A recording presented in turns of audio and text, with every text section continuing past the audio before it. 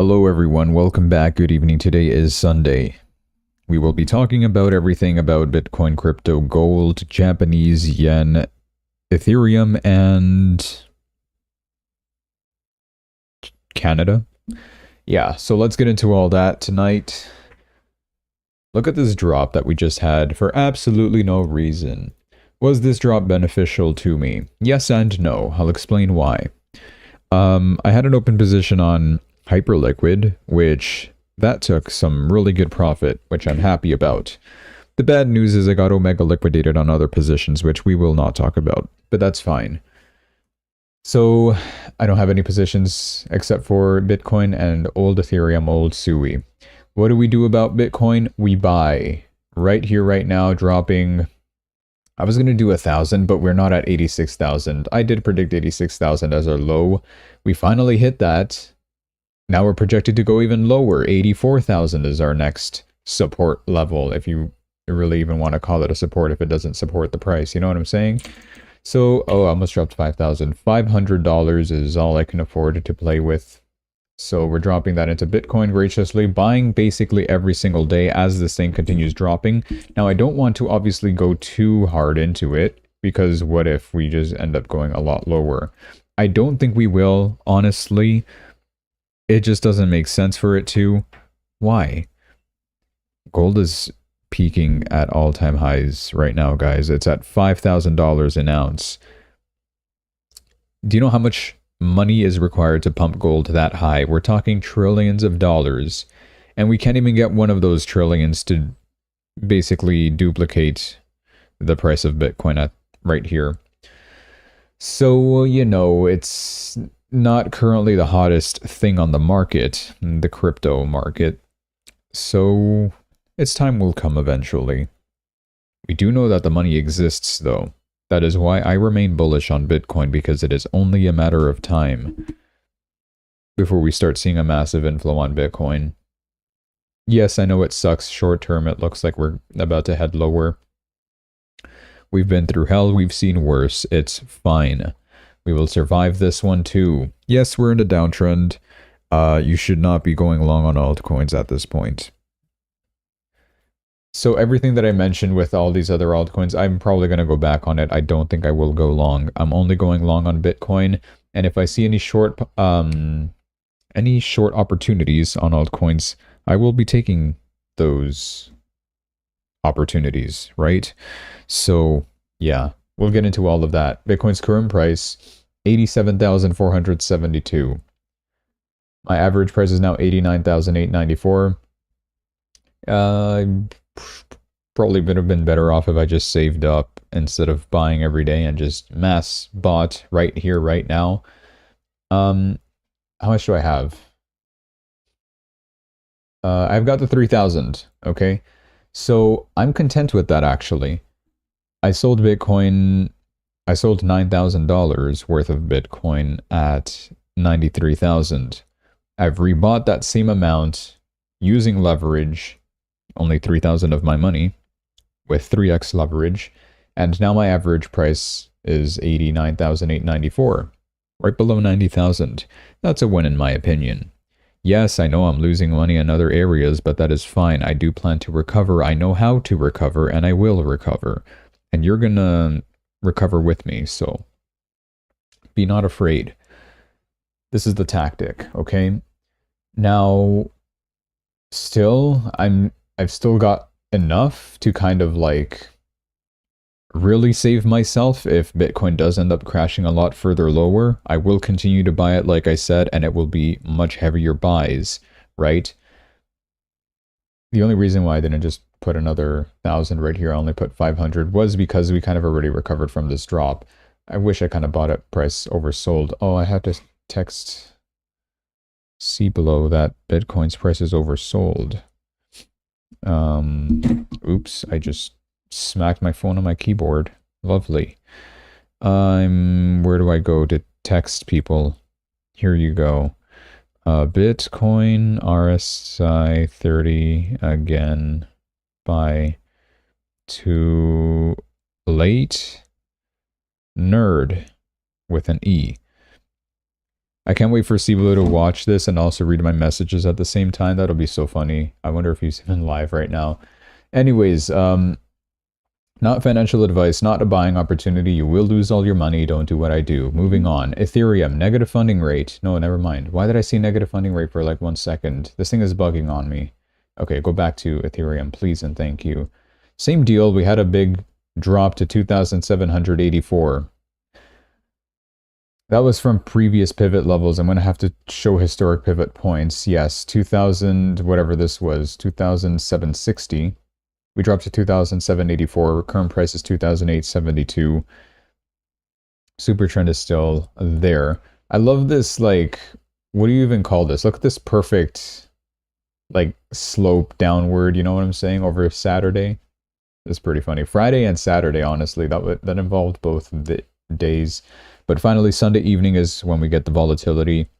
It spiked lower, unfortunately. Does that mean that this whole week is over and we will not recover? I'm going to be pessimistic about this week, probably. I told you guys I'd finalize my decision by today on what do I expect for next week. Honestly, it's going to be difficult to really determine. We're going to get a lot of events to happen that could push price either way, lower or higher. I know, that's so insightful, right? Guys, hi, welcome to my channel. Price is going to go up or down. That's why you guys watch my channel. No, but anyways, 86,000 was hit. The last minute pivot level that we used, right there at 86,000. That's pretty perfect, huh? And, well, now we have new pivot levels, expecting price to drop to 84,000 on Bitcoin versus a resistance, which happens to be at 91,000, which also happens to be where the super trend invalidation is as well. If we get a rise on Monday, you're going to stop at 91,000.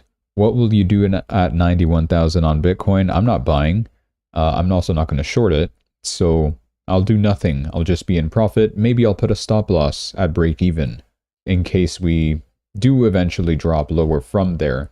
Or maybe it'll, I hope it doesn't do like a fake out scenario and then continue higher. That would be punishable by death. But what I'm expecting from Bitcoin is to kind of maybe do a rise and then a drop like this. That could absolutely be the case. You could see Bitcoin rise above 90,000, stop at 91, likely not rise higher because of pivot resistance, super trend invalidation, and also the Fibonacci resistance level is there. Do not forget. So a couple of barriers, a strong one, all converging in one area is going to be difficult for Bitcoin to break. That's why I think it's just going to be like a relief, dead cat bounce, whatever you want to call it, only up until that point, and then price might continue lower. You do notice the rejection of the price when we did attempt that rise on Friday. It was not able to rise and stay above it or, you know, hover around that area. It just spiked up immediately, possibly a huge volume buy, whatever it was. It was probably Michael Saylor. And then price immediately corrected and eventually headed lower after flatlining for a whole day. So that's not a bullish move in my opinion. And the fact that we just made a lower low kind of makes me expect this will make a higher low. No, a lower high. My gosh, my words. It's going to make a lower high and then continue lower is what I'm trying to say. So, and it absolutely can happen. The volatility that we can get this week can push price lower as well. So that's the dangers that I want to tell you guys. So what's most important on Bitcoin is 91,000 to pay attention to. And whatever happens with Bitcoin will happen with the rest of the altcoins. Every altcoin does not have a brain of its own, so it's not independent. They will move in correlation with whatever Bitcoin does. So with Ethereum's case, the 91,000 equivalent is 3,000. Support level for Ethereum, 2,640. Yeah, we're talking about that now. How low is that? Well, we've seen worse on the 21st of November. I'm going to delete this because this is overwhelming. Okay, here we go. Yeah, we're basically looking at the previous bottom that we hit on the 21st of November, or 20th. No, 21st, which was 2,621. It's around that same area. Can we use that as a good support? I do believe so. I don't expect Ethereum to drop lower than that. I hope not, at least. So, hey, maybe if you want to accumulate spot, that might be an area of interest, because it's not only me that's looking at that, but my billionaire friends that watch the show as well. Now that I've mentioned 2,640, they will also be looking at that level. So you want to get in with the big boys, don't you? Let's move on to Solana. $121.57, down 4% today. We got Omega liquidated here. We got stop hunted. It was inevitable. $117.01. That's exactly where my liquidation price was, at 117. So I'm gone. I'm out of Solana now. I was hoping to buy it around 130. Yeah, not anymore. No. I'm staying out of the alts right now.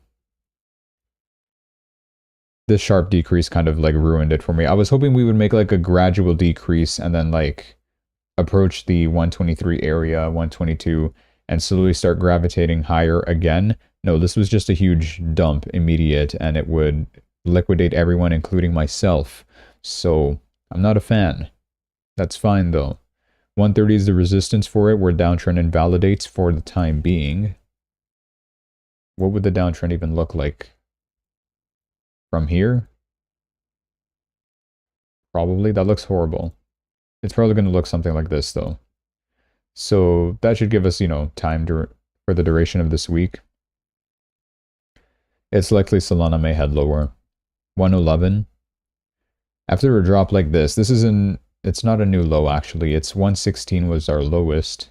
And ironically, the reason why we're crashing, part of it has to do with the Japanese yen, the carry trade, the whole situation is happening once again.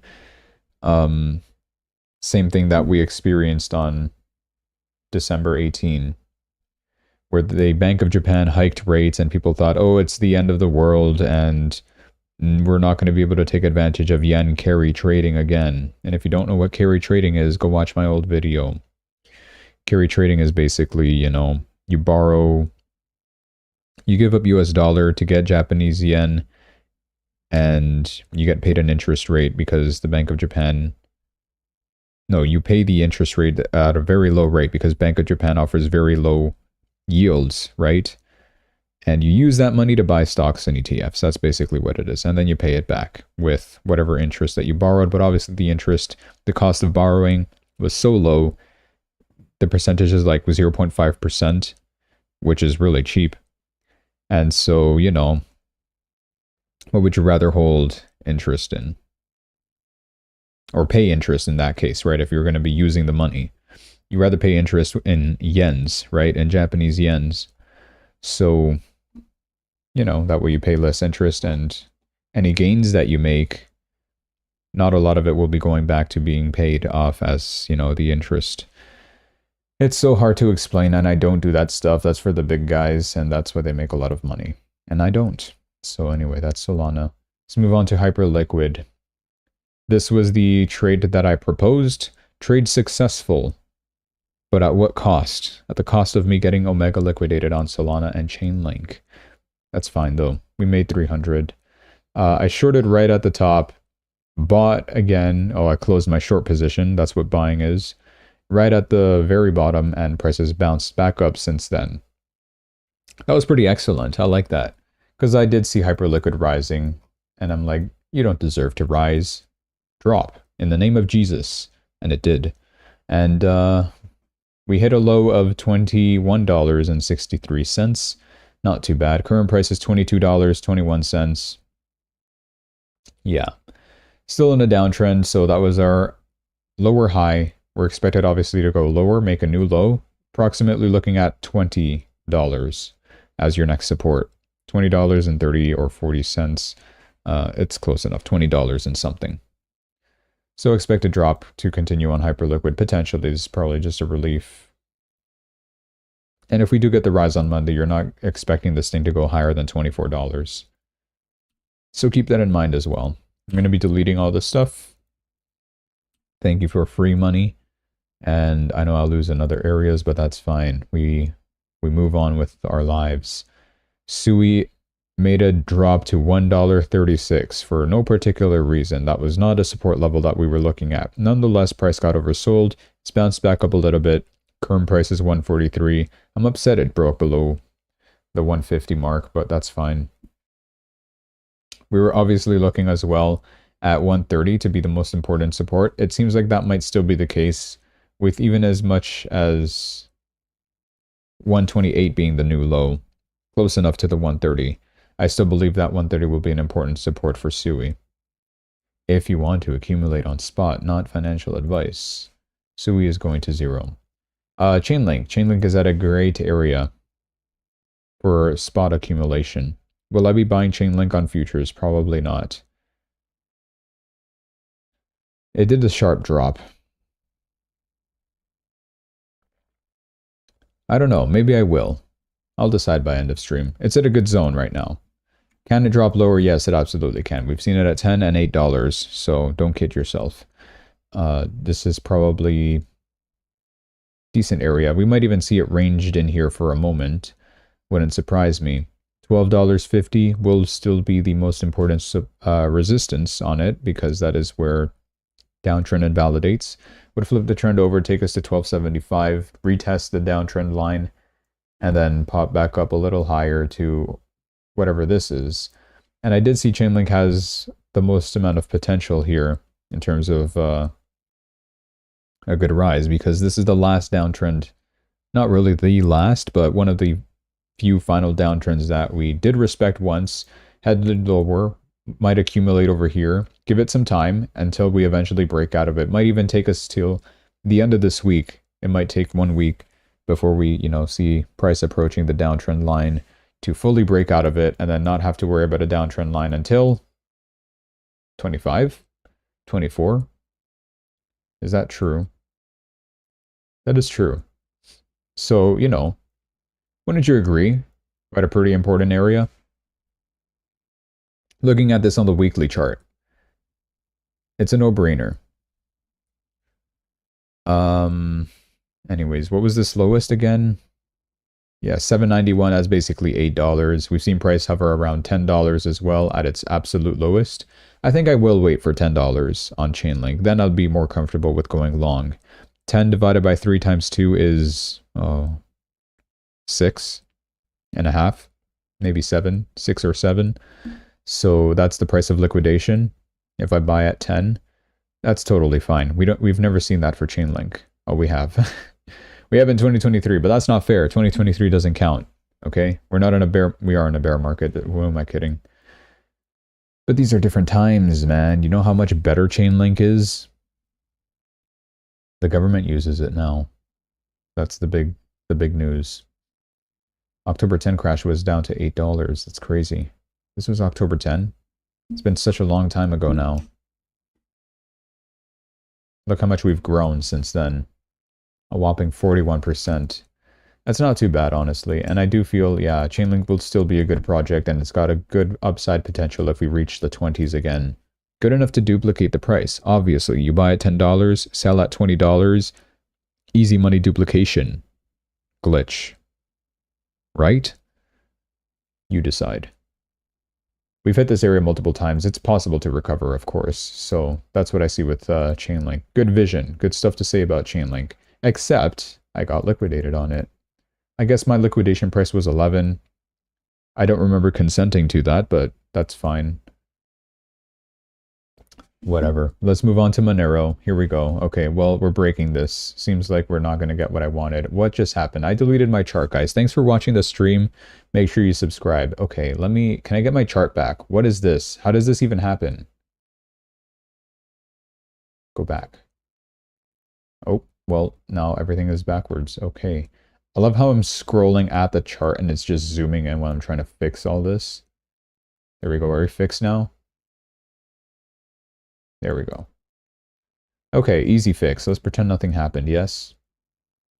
So downtrend is still in full effect.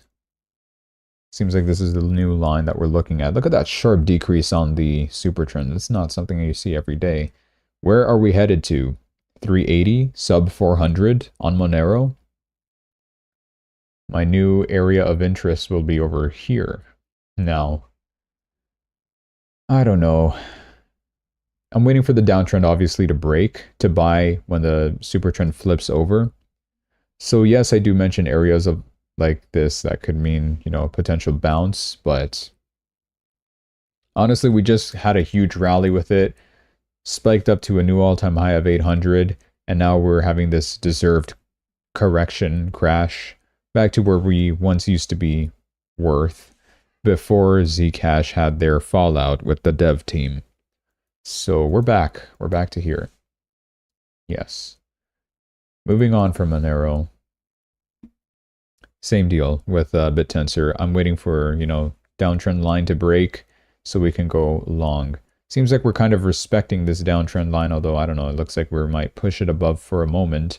250 is a good resistance on BitTensor. Might be the required level to break out of before we start seeing a trend flip over toward the upside and start seeing some movements higher to potentially 300 again. How low can we go? 209 to 206. That level still remains. Why is 206 here? That's just like literally last support. It's likely we will not go lower than that. Same deal that we saw with Ethereum, right? Ethereum had made a low point and our support level is going to be that low point from a couple months ago. Same thing with BitTensor. We made a low point a couple months ago. Our last support is going to be that same low point. Double floor. Potential bounce from this area. Keep an eye on sub 210 for BitTensor. Important. Aptos, disappointing, dropped to a low of 144. Ignore the 150 support level. That is no longer a thing. How low can we go? I think we're actually going to break this leg. This is going to make a new all-time low. Aptos. We're heading to 138, ignoring, of course, the 141. Yeah, it's not going to look good for Aptos. What does this mean? Will I short? No, I will not. Resistance is about 165 to 167. So if we do approach that level, I will be shorting. Same like we saw with what Hyperliquid did, right? If we see an abnormal rise, that's your short position to go and take advantage of, right? Stop, of course, right above where downtrend invalidates, and a friendly take profit. I don't know if we're able to drop this low again, but I don't know. Obviously, ideally, you'd want to, you know, get the best possible price, stop loss a little tighter, and then here you have better options for like risk-reward ratio, but you got to time it pretty well. And I did time Hyperliquid pretty perfectly, right? With this rise over here, timed it excellent. It only rose against me just a little bit, but rest of it was just full profit until it immediately hit my take profit there. And we didn't even have to make a lower low for it. And we might even continue dropping with Hyperliquid too is another thing. So, yep. Down 2% with Aptos. No good. But that's what I'd be paying attention to. How price reacts at 165, okay? Seems like Bitcoin's kind of trying to recover. Okay. All right. So that's all we have for these darn coins that do not go up. They only go down. Why, man? There's no tariffs on Bitcoin. You also see gold and silver just rising like crazy. Gold breaking 5,000, which we'll talk about. Silver already above 100, which we've seen still making newer highs. It seems like it just will not stop rising. You know what, guys? I'm going to take one for the team. I'm going to go long on Bitcoin and no, sorry. Let me rephrase. I accidentally said Bitcoin. I'm going to go long on gold and silver so that the prices stop rising and they start crashing. And then all the money that inevitably flows out from those metals comes into Bitcoin, right? We could use $1 trillion in the market cap. That should pump everything. Like that's ever going to happen. It will eventually, okay? Just be patient. In terms of news, we don't got a lot to cover, but we still have stuff to cover, so we will cover it. That should be my slogan for every stream. The last week of January is going to be interesting. What do we got? The US Navy Armada is heading towards Iran. They're in striking distance by now, and just awaiting orders, I guess. Can we please strike Iran already so that we topple the regime, We give them a hard blow that they can't retaliate, and then we can stop worrying about it. Trump is saying Canada can get up to 100% tariff if it makes a deal with China. Let's go. I think now, this might have been a delayed reaction. Now we're getting the response that we were expecting. We get a 100% tariff on China. We have the most historic liquidation event ever. We put a 100% tariff on Canada. Literally nothing happens. Price flat lines. Like, I was going to make a dead person's heartbeat joke, but I probably shouldn't joke about the dead. The government shutdown risk. Dude, speaking of the dead, what is ICE doing in Minneapolis? What are the Democrats doing about this? Why do they care? Just let ICE do their job. And then ICE, please stop killing innocent people. The man was innocent. We've already proved it in yesterday's video. Alex Preddy. They messed up, okay? ICE messed up. Big tech earnings this week. Alphabet, Microsoft, Meta, Apple, and Amazon. AI needs to be printing. These guys they're pretty big players, right? We'll see how their earnings are going. Obviously, that will impact whatever's going to happen this week. I should look up the earnings thing. I'll look at that in a second. FOMC rate decision is coming on Wednesday. And we're getting jobs and PPI data on Friday, which we also discussed yesterday. Did we forget anything? Yes. The Senate Market Banking Committee decision, market structure bill happening on Tuesday, and then the CFTC and SEC meeting also they're having a meeting about digital assets. So yeah, this is the upcoming earnings that we are expecting. Ryanair, Elon Musk, please buy that. It's so funny. And put Ryan in charge. Why did I say Brian? United Health. Rest in peace, United Health. Honestly, like, they're not going to make any good profits anytime soon. With the whole thing that Trump is announcing with Americans will buy their own health insurance instead of, the government doing... how does it work? Private health insurance? Like, these companies are ripping the people off was kind of what the message I understood. Anyways, we have Boeing, UPS, General Motors, American Airlines, Kimberly-Clark, Texas Instruments. That's happening Tuesday. Wednesday, we get ASML, important for microchips, AT&T, General Electric, Vernova, General Dynamics, Starbucks. I just went to Starbucks today, by the way. Very expensive. I bought a hot chocolate and a croissant. It was $9. Why does it cost $9? The croissant should cost $2. The hot chocolate should cost another $2. Why did I get charged $9? Let me just confirm. I didn't even see how much I was charged. Yeah, it's $9.72, almost $10. And on top of that, they wanted me to add a tip. Clowns. Yeah, forget that. ADP. What is ADP? Microsoft, Meta, Tesla, IBM, Waste Management. All that is happening Wednesday, those earnings. Thursday, we get MasterCard, Caterpillar, Nokia, NASDAQ, Blackstone, Lockheed Martin. Oh, that's going to be interesting. Buy Lockheed Martin stock before we bomb Iran. Then we get Apple, SanDisk, Visa. That's about it. That's on Thursday. And then Friday we get SoFi, American Express, Verizon, CN, Chevron, ExxonMobil, Mobil. I think I'm saying those wrong. ExxonMobil. Mobile, right? Okay. Weird. And that's about it. That's all happening on Friday. So it's going to be an important earnings week. Big names, okay? But of course we know the big boss is Nvidia. That's the one we all truly care about. And that's happening God knows when.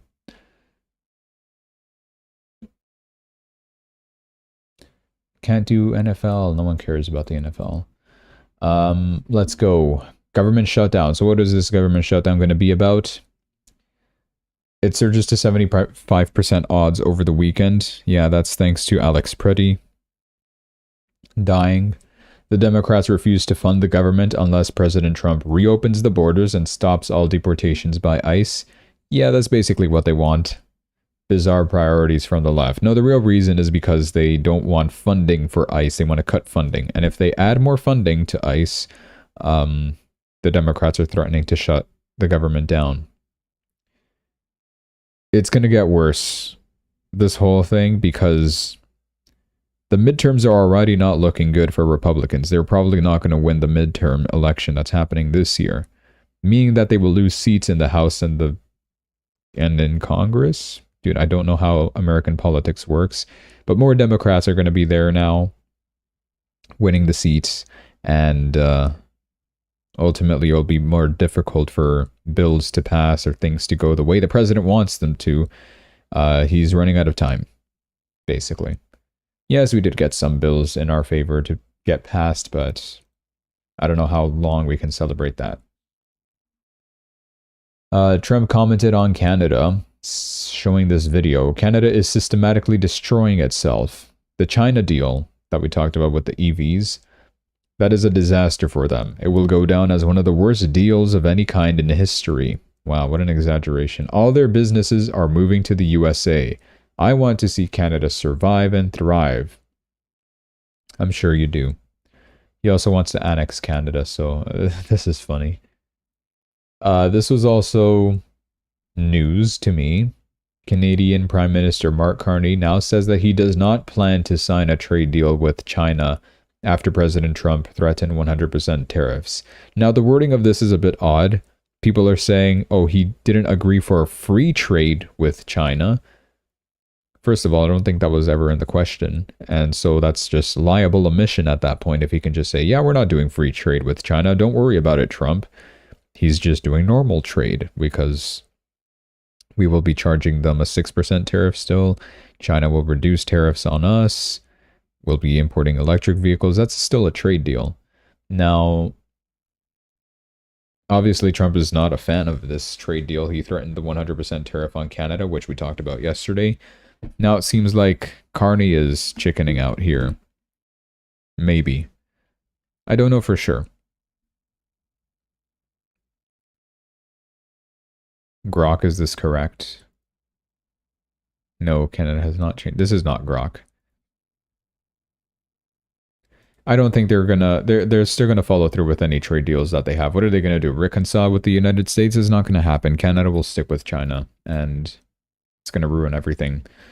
But part of the reason maybe he did this is because well, my English is just so perfect today. Part of the reason of why Carney did this is likely to make Trump a little less angry at Canada, because he even told Canada that you're not going to be part of the board of peace that I am constructing for the Palestinians in Gaza, right?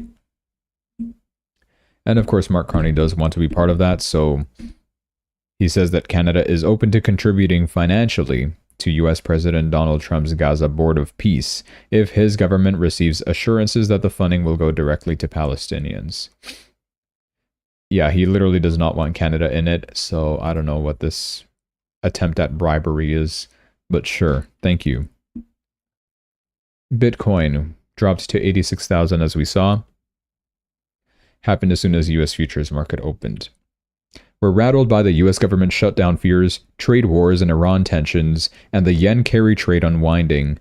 We have about $616 million worth of longs liquidated in 24 hours. Couldn't be me. At least not on Bitcoin. On Solana, sure, yeah, that was absolutely me. And same with Chainlink. So this is the big thing with the yen, which we're going to talk about now. Market is on high alert for yen intervention after Sanae Takaishi's warning, the president of Japan. It's good for the yen, but this could accelerate the yen carry trade unwind, which that basically means it's bad for risk assets.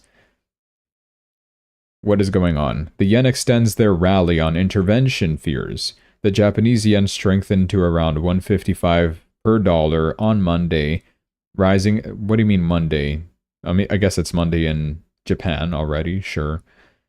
Rising about 2% over 2 sessions to its strongest level in more than a month, as markets priced in the growing risk.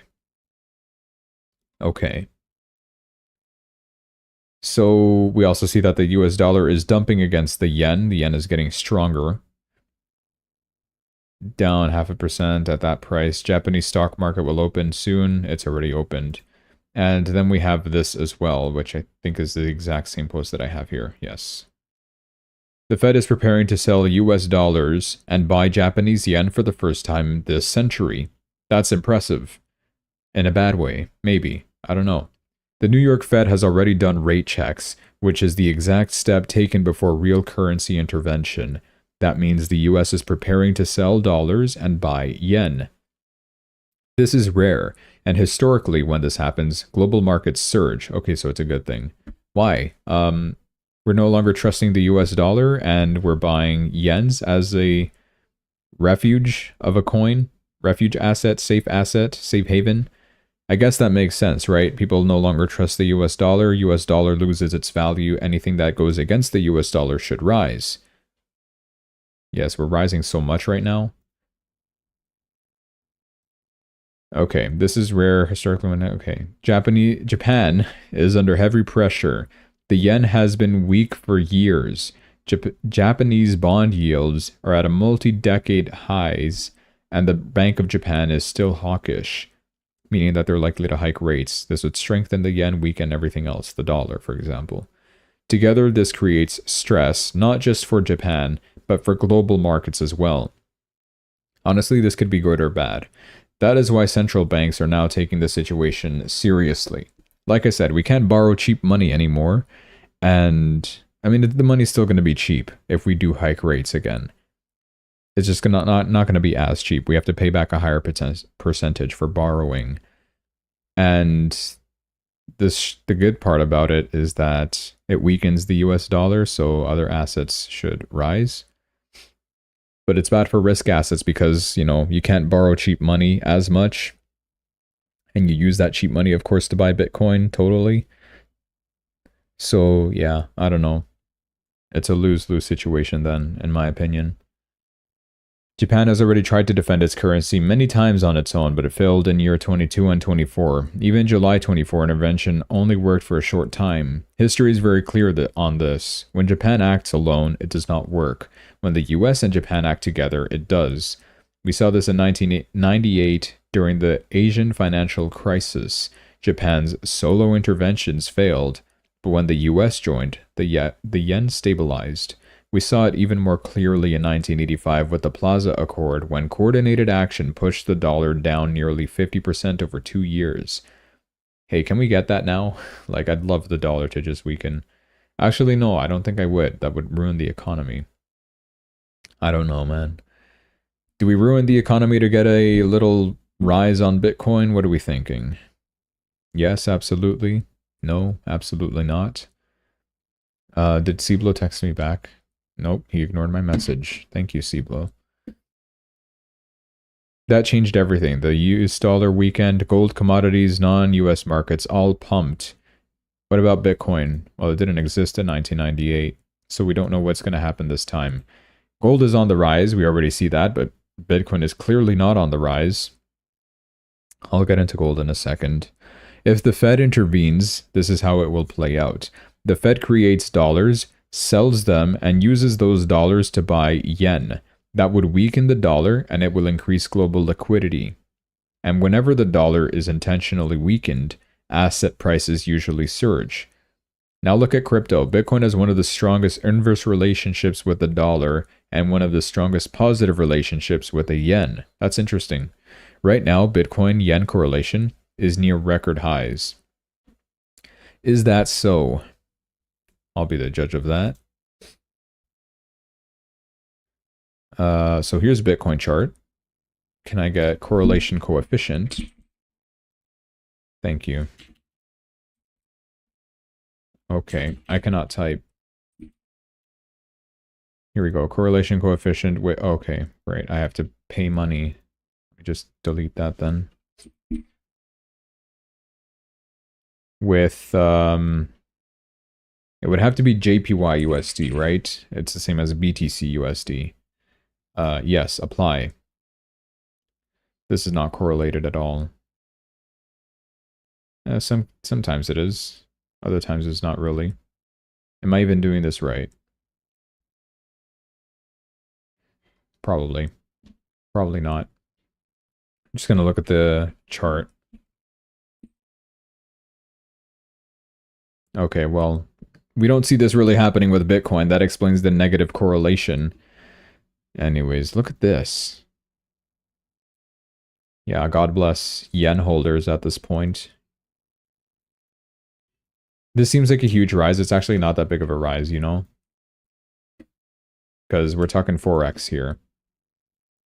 Okay, it's a 3% rise. Yeah, it's not too bad, I guess. Usually you don't get a lot of volatility in Forex, so you have to over leverage to get something out of it. But then the spreads are very tiny, which makes it kind of worth it, and people prefer to use it for scalping and other trading techniques. Not I, though. So there's a catch. There's still hundreds of billions of dollars tied into the yen carry trade. People borrowed cheap yen and invested in stocks and crypto, like I was saying. When the yen strengthens, suddenly, they are forced to sell those assets to repay loans. We saw this in 2024. We did see that. A small Bank of Japan rate hike sent the yen higher, and Bitcoin went from 64,000 to 49,000 in 6 days. We lost $600 billion in value in Bitcoin, or crypto. So yen strength creates short-term risk for crypto. The dollar weakness creates long-term upside. Why is this bullish for crypto? Because Bitcoin is still well below its 2025 peak. It is one of the few major assets that is not fully repriced for currency debasement. If coordinated intervention actually happens and the dollar weakens, capital will look for assets that are still cheap relative to the macro shift. Historically, crypto benefits strongly from that environment. This may be one of the most important macro setups of 2026. Maybe, yeah. It makes sense that we are dropping now because of this. Same reason why we crashed to these lows over here. I think this was the low. Yeah, December 18, when we got the actual Bank of Japan rate hike on December 18. So this might happen again. December 18, how did yen react? It dropped. That's so crazy. It does the opposite. You know what? You can't find any correlations with it. Let's just move on. The dollar weakened against most major peers Monday in Japan time, as investors debated how potential US involvement in foreign exchange intervention in Japan might worsen sentiment towards the world's reserve currency. As we just talked about. Another thing from base Japan, the right-wing Prime Minister Sanae Takaichi is now moving to punish people in her country who destroy the Japanese national flag. Sound familiar? This is literally what Trump did as well. Anybody burning the American flag will go to jail 1 year. This is a necessary law to protect Japan's honor. I want to make it happen. Based just like Trump. She's just like him for real.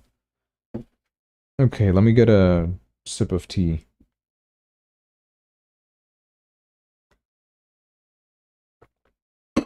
Okay. Let's talk about Poland.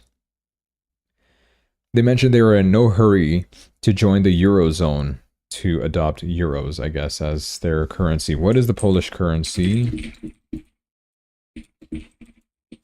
Watch it be euros still. Why do I have caps lock on? The zloty. PLN. So they're not adopting the euro, and that's going to be that way for a while. Finance Minister Andrzej Domański says, our economy is now doing clearly better than most of those that have the euro. Is that so? What was the ticker again? PLN? Can I find this on the Forex chart against the euro? PLN EUR. Let's go. ICE.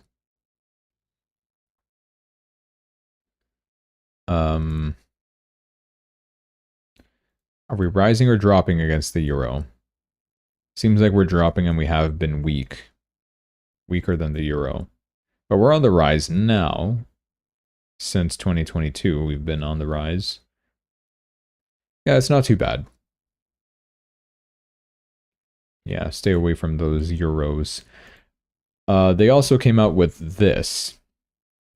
Poland is now the only European Union country that has not implemented Europe's big crypto rulebook, the MiCA regulation, MiCA. But what is actually going on? Here is what's happening. MiCA means markets and crypto assets, by the way. It's the Europe's unified crypto law. It covers licensing, exchanges and wallets, stablecoin rules, consumer protection, anti-money laundering. MiCA applies directly across the whole EU, but each country has to pass its own national bill to set up local enforcers, fines, transition rules, etc. Most do it quick. Poland didn't do it. Why? The Polish government made a MiCA bill, but added tons of extra strict stuff. Things like huge fines, heavy oversight, domain blocking, criminal penalties, etc. Way tougher than basic EU rules. President Karol Nawrocki vetoed it in December 2025, saying it threatened freedoms and it would hurt the economy/crypto scene. Parliament then tried to veto the president, but failed. Crazy. Just like that, the bill died. Poland has no dedicated national MiCA law yet, as of right now. Crypto businesses there are in limbo. There's no clear licensing path, uncertainty on rules and fines, and some firms might move elsewhere in the EU. I don't know, it's conflicting. Is this good or is this bad? Because for the crypto fans, the Bitcoiners and degens alike think it's a win. Poland accidentally avoided a super heavy local overregulation. Short-term chaos but long-term bullish potential, as Poland could end up with more pro-crypto regulation. What do you think? Maybe. Maybe it's a good thing. They're saying that this disincentivizes innovation, I think it was. But then other people are like, no, they're bullish on crypto because they're not regulating it, and crypto is not meant to be regulated. Screw regulation. That was one of the main topics of like early bull run cycles, right? So I don't know, make of that what you will. Poland is just doing its thing. They're built different. Michael Saylor, Unstoppable Orange, they posted. Let's go. This looks like a big fat orange circle. That looks like a $1 billion buy. Let's hope so. We don't know yet how much they purchased. Awesome. Once again, I'm going to assume that their purchase was over here. I bet they somehow managed to buy at 91,000, I'm going to bet. And then now, of course, Bitcoin's price has crashed to 87,500. That's just Michael Saylor for you, but we'll find those numbers out tomorrow. Andrew Tate says that he is buying more Bitcoin. He says he's about to leave fiat completely and buy over $100 million worth of Bitcoin. I know I'm not supposed to do this in chaotic times, but I'm about to leave fiat completely. Ape over 100 million into BTC, and I'll even prove I did it. I'm done with the banks, I'm done with the money, done with the scams. Okay, Top G, you do your thing. On the other hand, we have Bitcoin whales selling. What do we do? Owen Gundin, a Bitcoin holder since 2011, has sold all 11,000 Bitcoins worth $1.3 billion. One of the earliest Bitcoin whales is out. When did this happen? I think this might have been old news. Yeah, it happened in October. The final transfer happened in November 20. Okay, so this is old news then.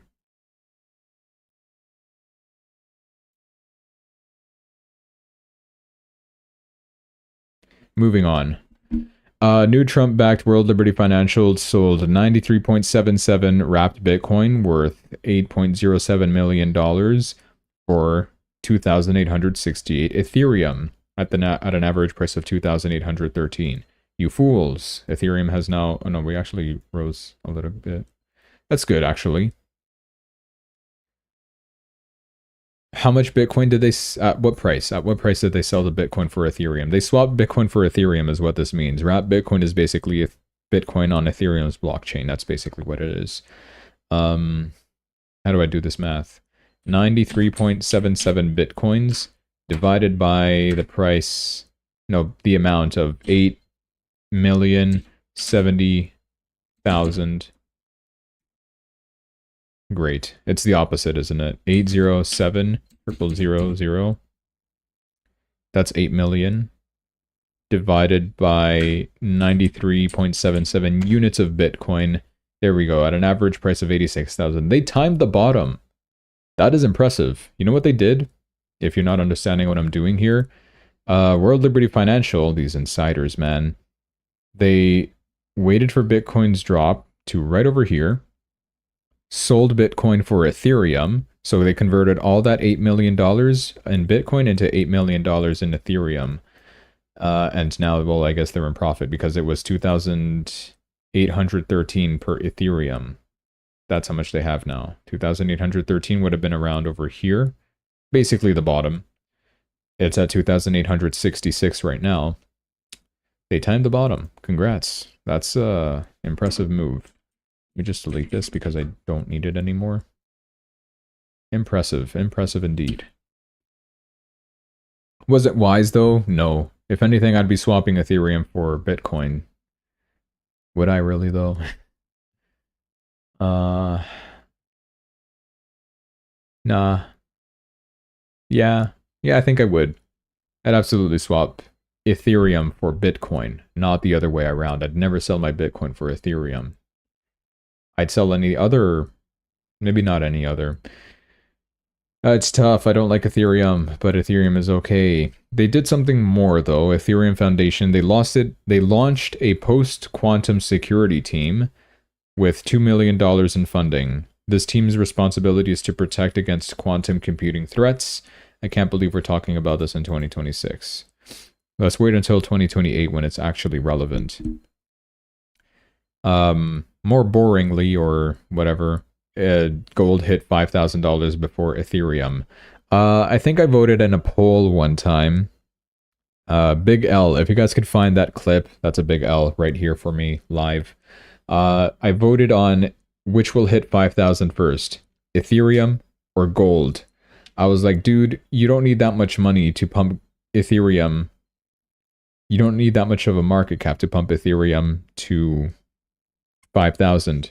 You need trillions to pump gold from what was at 4,000, now 5,000. And, well, guess where the trillions went to? Not into Ethereum. What is the market cap of gold right now? 35 trillion.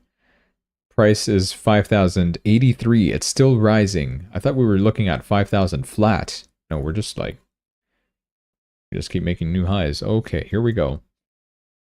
How do we stop this from rising? That guy, Peter Schiff, is going to start clowning on us. What do we do? What do we do? Can we please stop this from rising? Can we all short gold? Don't actually short. This is just going to keep going up against you. This is rough, man. I don't know what to do at this point.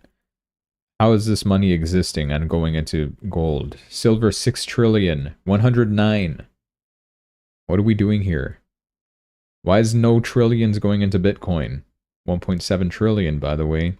You only need one of these to not really duplicate the price, but to, what do you call it? Half the price up, add half to the price? You get what I mean. A fraction of a rise still would be a huge move for Bitcoin either way. At its all-time high, I think it had a $2 trillion market cap, or was it close to 3 trillion? That's a good question. What was the market cap of Bitcoin? I could check on CoinMarketCap. I originally thought, yeah, I could do the math here, but then I realized, no, I could just look at the chart. Here we go. Yeah, 2.5 trillion, 2.4, 2.5 trillion. Dude, easily. We add 1 trillion to Bitcoin, we're at an all-time high already. But nope, no one wants to send money our way, so we will just have to endure until eventually they would send money our way. It's only $1 trillion, come on. Did you know at this point, gold's market cap could wipe out the US debt? Can everybody just sell their gold and pay off the US national debt? Unless they rose another trillion. I bet it's like 37 trillion by now. What is the USA national debt? 38 trillion. Okay, yeah, you're not paying this off anytime soon. Maybe with gold and silver. Yeah, you got it. Or maybe people would rather give up Bitcoin, gold and Bitcoin, to pay off the US national debt. That's so funny. You know, Trump originally said, you know, this crypto stuff, Bitcoin might just be the thing that could wipe out the US national debt. It's going to take a lot of effort for that to happen. And this difference in size between gold and Bitcoin, we're supposed to be the digital gold, what happened? And the small amount that the US has, it's only 300,000 Bitcoins that they do have. Even if you do equate Bitcoin's market cap to the gold's market cap, it's still not enough to wipe out the US national debt. That would take years. And I mean, as years go by, that national debt does not go lower, it goes higher. Good luck catching up with it. The only real way to actually pay off the US national debt is get Pi USD to mint 300 trillion, or do what was his name? Dmitry Medvedev, Russian somebody guy. I think it was him. He said that the US wants to put the whole national debt on blockchain and then wipe it out of existence, and that's how they'll devalue, you know, the currency, and they'll get rid of their national debt that way. Which, that is smart, but that's cheating. You're not allowed to do that. It'll be funny though. It'll be really, really funny. We'll talk about it on stream and everything like that. That's going to be so good for a nice, you know, your average Sunday evening stream, whatever. Don't be discouraged, however. Despite everything that's going on, Bitcoin still has the highest return in over 10 years, with a 20,900% rise for Bitcoin. Tesla had a 3,000% rise, Apple has a 1,000% rise, Microsoft 954%, Google 809, Amazon 734, S&P 500 336, and gold with 334. Yes, it looks like gold is completely outperforming Bitcoin for the past 10 years. Well, I mean, Bitcoin's only existed for 10 years. A little more than 10 years, sure. But at the end of the day, I think it's pretty obvious Bitcoin will continue to win. So do not be discouraged. If you want to know what's the next precious metal that will rise, it's probably copper. I'm going to have a look at the chart. I have heard about copper being a bit scarce recently. XCU copper. Oh, well, you're too late. Copper is already on a rise. Look how long I've been analyzing copper for. Remember this drop? This drop happens for, this happened when Trump put the tariffs on copper. I remember this. We literally had copper wire that we were selling. And that week, July 2025, yes, this happened in the summer last year, Trump announced that tariff, and it devalued the price of copper so hard while it was at an all-time high, and we didn't get to sell the copper. We had to sell it for cheaper. And now we're back. If we just waited until now, I mean, yeah, it's wintertime. We're not going to go and grab our copper wire and sell it to a recycling place anymore, but yeah, well, we're back at an all-time high. Almost, right? 2 weeks ago, we hit the all-time high of $6.18 for every copper. Why is copper important? Copper shortage coming next. The world economy is projected to face a copper deficit of 10 million tons by 2040, equivalent to roughly 33% of the current global demand. This comes as global copper demands is estimated to surge to 42 million tons by 2040, from 28 million tons in 2025. Asia alone is expected to reflect 60% of total demand growth over this time, driven by electric vehicle adoption and grid upgrades. China is the biggest consumer of copper, from what I'm aware. At the same time, AI data center copper demand is set to surge 127% to 2.5 million tons by 2040. These are very long timeframes, 2040. Meanwhile, supply is expected to peak at 34 million tons in 2030 before declining to 32 million tons by 2040. So, over the long run, if we do continue to use copper at this pace, there's not going to be enough in the world. At least that's not what's projected. Meaning that The supply, the demand will not be able to keep up and copper will go really high. In 2040, potential retirement plan move. How many years do we have till 2040? 15 years? Dude, I'm going to be dead in 15 years. That's not fair. I want to get rich tomorrow. What do I do? Anyways, that's copper for you. Dean, MN. Don't you think ETH looks bearish? I do think ETH looks bearish. I don't expect it to rise. I'm expecting it to drop to 2,600. Same low that we've seen from November 20. That's like the last support that we see for it. And if it does break that, we obviously go lower to 2,463. So yeah, I do think Ethereum is bearish right here. That being said, though, this week will be volatile. If we get any good volatility to our side, I still wouldn't expect Ethereum to like fully break 3,000. If we do approach it, I'd likely be shorting Ethereum. I'd be looking for shorts around this area. Anything above 2,961 would be, in my opinion, a good area for short on Ethereum, because I do expect it to go lower overall. That's what I see for Ethereum. We have a new TikTok competitor from Australia. An Australian app is now dangerously challenging TikTok after Jewish-American billionaire Larry Ellison bought TikTok and began mass censorship against Israeli critics. This guy is Israeli as well, by the way. A massive number of users are now abandoning TikTok and jumping to UpScrolled, is this new app. Will this actually thrive? I don't think it will. TikTok is TikTok and it will continue to be good, despite the Israeli censorship. It's already climbed to 13th place on the US Play Store with hundreds of thousands of downloads in just a few days. Honestly, I don't even own TikTok. Okay. Yes, I have an account on it because people sent me stuff and I felt forced to make an account, and then I'm like, this is stupid. I only felt like 2 accounts, and then I'm like, you know what, this is dumb. I'm just deleting it. Yeah. Oh, why this week will be volatile is because of the earnings, yes, potential war with Iran, Senate Banking Committee, Market Committee, Structure Bill decision thing. FOMC decision is also happening this week. Yen carry trade, as we discussed. All this stuff is going to be like really important, impactful for this week. And also we're getting economic data Friday for PPI. So all that stuff can like cause volatility for this week. Of course, we will be opening with a CME gap on Bitcoin, which I'll talk about as well.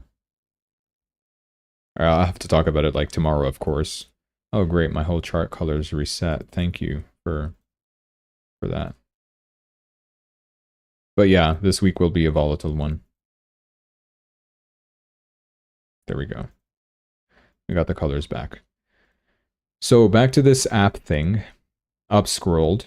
It's an Australian-founded social media platform. It's gaining traction as TikTok alternative amid growing discontent over TikTok's new US ownership and alleged censorship practices. While there is no verified evidence of mass user migration yet, UpScrolled is positioning itself as a free speech-friendly platform, especially appealing to creators critical of mainstream moderation policies. UpScrolled launched in mid-2025 as a creator-first, censorship-resistant alternative to Instagram and TikTok, developed by a team of Australian technologists and activists. So I say I don't use TikTok, but then bit of a hypocrite, I do use Instagram and I do spend time on Reels, so sure, I guess that counts. That's technically TikTok. And then you also have YouTube Shorts. I very rarely watch YouTube Shorts. Very rarely. But I don't use TikTok at all. TikTok is just another breed. But anyways, this emphasizes chronological feeds instead of algorithmic suppression. UpScrolled will also do no shadow banning or content throttling for political speech. There will be support for marginalized and activist roles, including pro-Palestinian, LGBTQIA+, and indigenous movements, monetization tools for creators without reliance on ad targeting. Hey, maybe I'll post clips over there. If this thing actually takes off, I don't even know. The platform gained early traction among artists, educators, and activists, disillusioned with Meta and TikTok's moderation practices. Why the surge now? A recent US restructuring of TikTok, which placed the app under a new American-controlled entity backed by Oracle, Silver Lake, and Abu Dhabi's MGX, has sparked backlash. Of course, like I said, Oracle is owned by Larry Ellison, who has now bought TikTok. Critics allege that Larry Ellison's involvement as Oracle's co-founder and a known supporter of Israeli causes has led to increased censorship of pro-Palestinian and anti-Israel content. While TikTok has not confirmed any policy changes targeting specific political views, activist communities and some creators report a noticeable drop in reach and account visibility since the transition. This perception has fueled interest in alternatives like UpScrolled. Is there evidence of mass migration? This is obviously a ChatGPT response. There is no independently verified data showing mass exodus from TikTok to UpScrolled, but Australian teens are already shifting to smaller platforms like RedNote and Lemon8 due to local under 16 bans. Oh yeah, I forgot about that. If you're Australian, you're not allowed to use social media if you're under 16. But you're allowed to use, what was it? Reddit and Discord, I think. The two main apps that you should not be using, in my opinion, but okay, well, you do you. UpScrolled is not yet listed among the top 10 TikTok alternatives in major tech roundups, suggesting it's still in early adoption stages. US-based creators are exploring UpScrolled and other platforms amid concerns about TikTok's evolving moderation and ownership structure, the risks, limitations, and considerations, the scalability, monetization, and visibility. I'm not reading all that. Strategic implications. If it continues to grow, it could become a symbolic and functional hub for digital dissent, especially for users disillusioned with US-based platforms.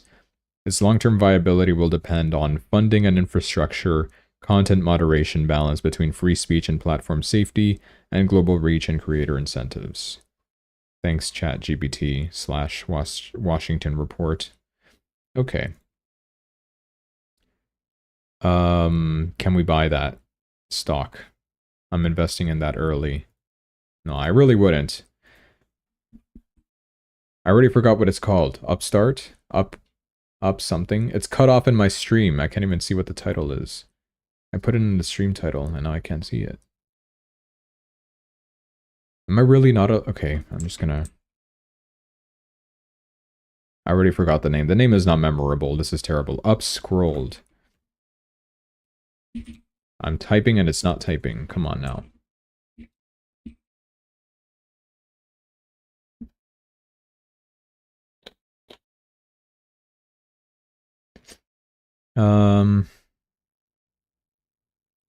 Do they have a stock price?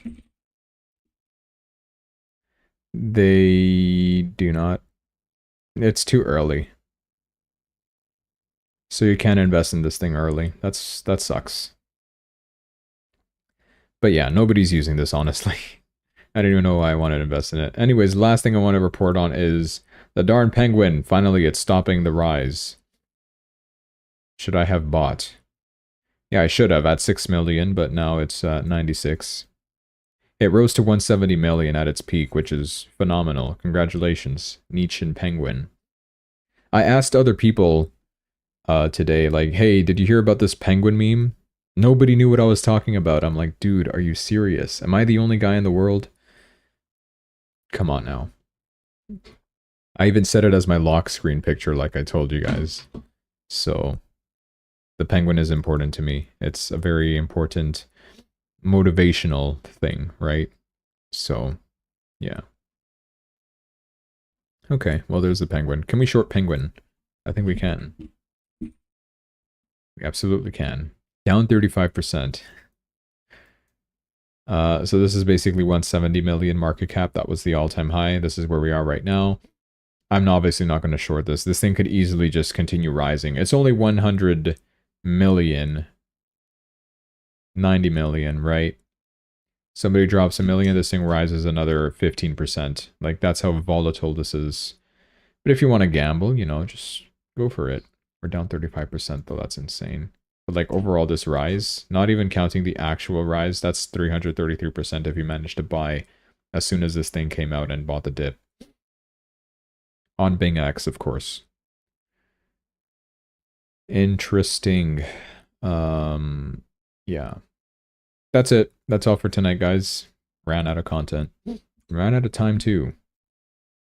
How long have I been streaming? 1 hour, 10 minutes. Congrats. Okay, so tomorrow we will be talking about literally nothing. Economic data. There's none. Yeah, literally what's going to happen tomorrow. I'm sure Trump will do something for us to talk about. He always does. He's like, oh, I better bomb Iran so that Matt can talk about it in tonight's stream. Yeah, something like that's going to happen. Imagine it actually does happen. That'd be funny. Either way, we always find stuff to talk about, so stay tuned. Subscribe to the channel. Tuesday, I will not be streaming as always. So Wednesday, we will be covering whatever happened with the SEC, the CFTC, and the Senate Banking Committee. Will they chicken out again and avoid voting on this crypto market structure bill? We shall see. Biblo is texting me bad words. That's not fair. I'm going to tell him to watch the stream as punishment. He has to sit through an hour of this. Unless he watches me at 2x speed, then you're wise if you do that. You also got to pay for premium to do that. That's so funny. I can't get over that. The fact that you have to pay for YouTube Premium to change the speed on videos. Most brain dead decision. Who even made that decision? Fire that man or woman. Okay. Yeah, that's all for tonight, guys. Thanks so much for watching. We'll be covering all that stuff on Wednesday. But tomorrow I'll still be streaming. We'll cover whatever happens. We'll find something to talk about. All right, guys. Have a great